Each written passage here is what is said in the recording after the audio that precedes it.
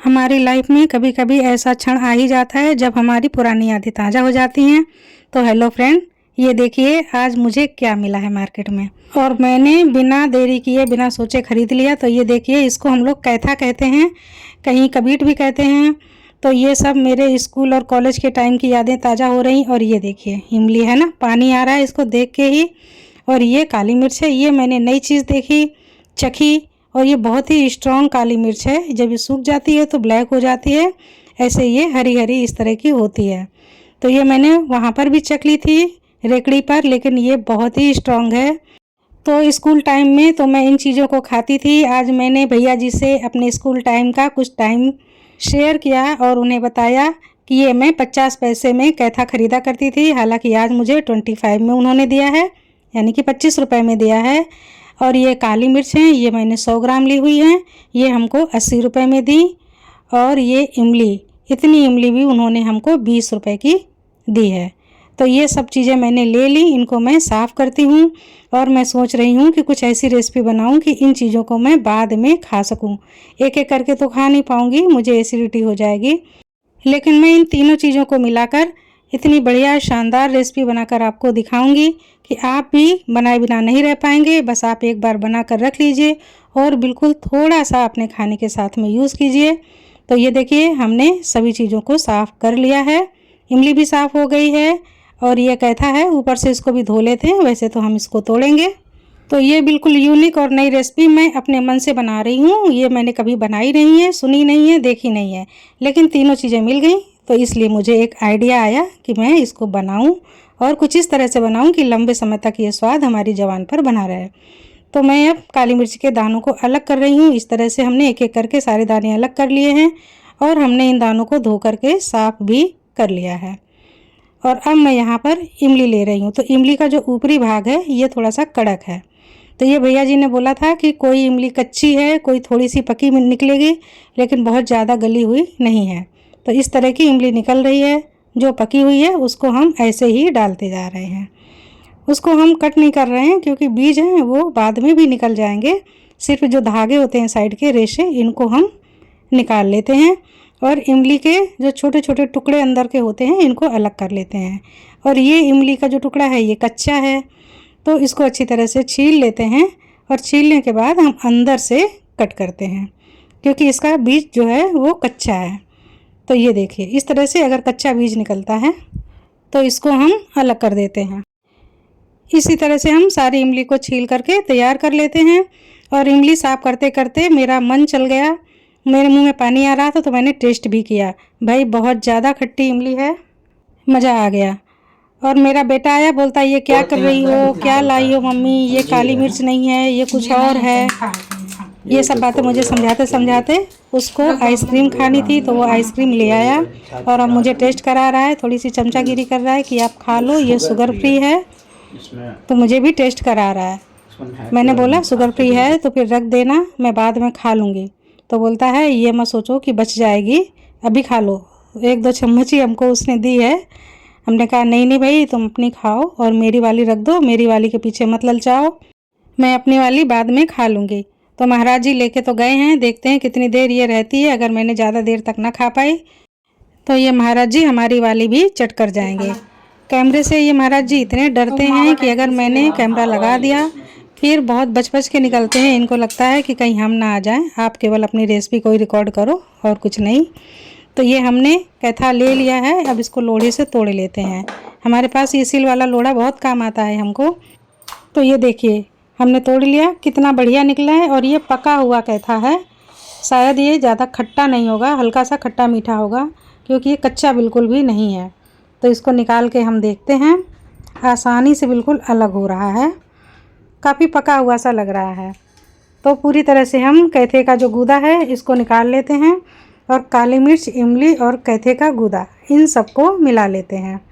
तो इसमें कुछ भी ऐसा नहीं है, अच्छे से हमने चेक कर लिया। अब जो बारीक बारीक रेसे हैं उनको हटा देते हैं, छोटे छोटे टुकड़े कर लेते हैं और तीनों चीज़ों को एक साथ मिक्स कर लेते हैं। तीनों चीज़ें एक बाउल में मिलाने के बाद हम क्या करेंगे, इनमें नमक डालेंगे। तो 1 चम्मच हम सादा नमक डाल रहे हैं और अब 1 से 2 चम्मच के बीच में काला नमक भी ऐड करेंगे। तो ये देखिए 1 चम्मच ये, और ये बिल्कुल आधा चम्मच, 1.5 चम्मच अभी हम डाल रहे हैं। बाद में भी टेस्ट करके नमक को बढ़ाया भी जा सकता है कि ये खट्टी चीज़ें हैं, थोड़ा सा स्ट्रॉन्ग नमक ही पड़ता है। तो अब हम नमक के साथ इन तीनों चीज़ों को बहुत अच्छे से मसल लेंगे, जिससे कि काली मिर्च के ऊपर भी खटाई का कोटिंग अच्छे से हो जाए। खटाई यानी कि कैथा और इमली की बढ़िया सी खटास काली मिर्च के अंदर समा जाए। तो अब हम क्या करते हैं, ढक देते हैं रात भर के लिए, और रात भर के बाद हम इसको खोल कर देखेंगे कि कैसी कंडीशन है। तो हेलो फ्रेंड, आज दूसरा दिन है, सारे काम करने के बाद मुझे अभी फुर्सत मिली है। तो देखते हैं काली मिर्च की कंडीशन क्या है। तो ये देखिए, जब कल हमने इसको बनाया था तो काली मिर्च का कलर बिल्कुल ग्रीन था, अब आज से ये ब्लैक होना शुरू हो गई है। तो अभी हम ढकते हैं, साइड में रखते हैं, आगे की तैयारी शुरू करते हैं। तो यहाँ पर हमने ले लिया है तड़का पैन। बहुत ज़्यादा तेल को हम यूज़ नहीं कर रहे हैं, क्योंकि बहुत कम सामान की चीज़ हम बना रहे हैं और पहली बार बना रहे हैं, इसके लिए हम थोड़ा सा ही तेल में बनाकर तैयार करते हैं। तो ये देखिए 3 टेबल स्पून जितना तेल है, इसको हम गरम कर लेते हैं अच्छे से, हिला हिला के धुआं आने तक। और जब इसमें धुआं आने लगेगा उसके बाद में हम गैस को बंद कर देंगे और तेल को ठंडा करने के लिए साइड में रख देते हैं। तो ये देखिए तेल गरम भी हो गया है, उतार लेते हैं, साइड में रख देते हैं। पैन को गैस पे चढ़ा देते हैं। 3 टेबल स्पून हम डाल रहे हैं पीली सरसों, 1 टीस्पून मेथी के दाने, 1 टीस्पून जीरा और 2 टीस्पून सौंफ। तीनों चीज़ों को डाल करके धीमे धीमे फ्लेम में हम भून लेते हैं। तो बहुत ज़्यादा भूनना नहीं है, नमी निकालने तक ही हमें भूनना है। हल्की हल्की सौंधी सी खुशबू आने लगेगी, मसाले बहुत जल्दी खुशबू रिलीज़ करते हैं। वैसे ही हम गैस को बंद कर देंगे और थोड़ी देर के लिए पैन में ऐसे हिलाते हुए छोड़ देंगे, इससे भी और कुरकुरे से भुन जाएंगे। तो इस तरह से कुछ हमने रख लिया है। ये ठंडे होने का मैं इनका इंतज़ार करती हूँ। मसाले ठंडे हो चुके हैं, तो अब हम डालते हैं मिक्सर के जार में और दरदरा सा पाउडर बना करके तैयार करते हैं। तो ये देखिए हमने पीसा है इस तरह से, हल्के हल्के इसमें दाने हैं और इस तरह से हमने पीस कर तैयार कर लिया है, छानना नहीं है। तो अब हम क्या करेंगे, सारे मसाले जितने हमने पीस लिए थे सरसों के साथ, इनको हम ऐड कर लेते हैं। बहुत ज़्यादा मसाले नहीं हैं, पर्याप्त हैं। तो कैथा इमली और काली मिर्च के साथ इनको अच्छी तरह से मिक्स कर देते हैं। अब हम डालते हैं मसालदान के बिल्कुल थोड़े से मसाले। तो इसमें हम डाल रहे हैं 1 छोटी चम्मच हल्दी और ये 1.5 छोटी चम्मच हम डाल रहे हैं कश्मीरी वाली लाल मिर्च। इसमें कलर है, बिल्कुल भी तीखापन नहीं है, क्योंकि काली मिर्च इतनी तीखी होती है कि इसमें कुछ और मिलाने की ज़रूरत ही नहीं होती है तीखापन के लिए। तो अब हम अच्छे से मिला देते हैं और अब इस जगह पर हम एक बार फिर से नमक को टेस्ट करेंगे। तो पहले नमक हमने बहुत सोच समझ के थोड़ा सा कम ही डाला था, तो अभी हमें ये हल्का सा कम ही लग रहा है।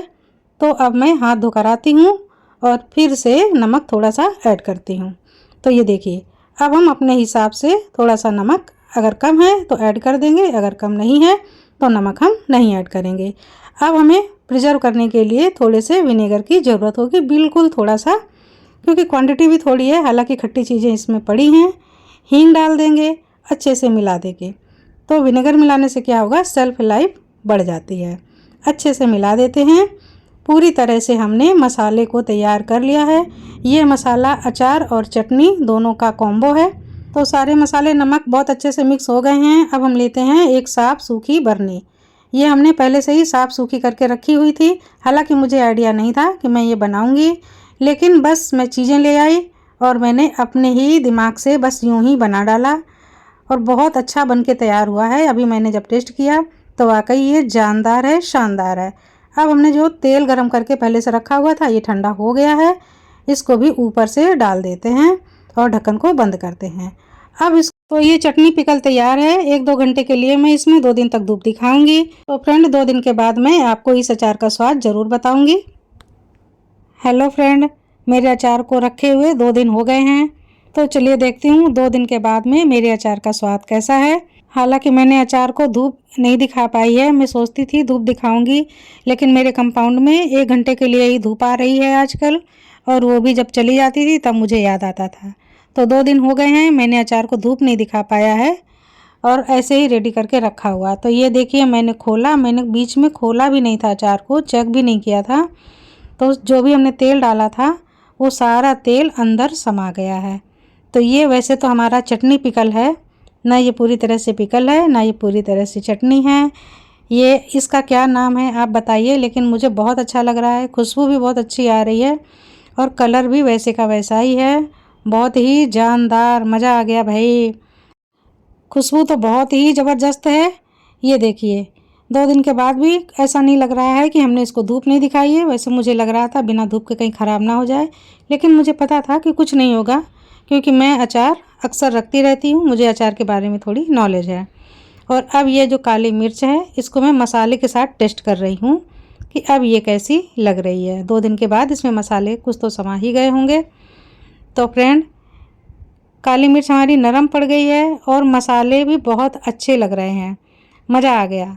अगर आप इस अचार को रोटी, पराठा, पूड़ी किसी के भी साथ खाएंगे तो खाने का स्वाद दोगुना हो जाएगा।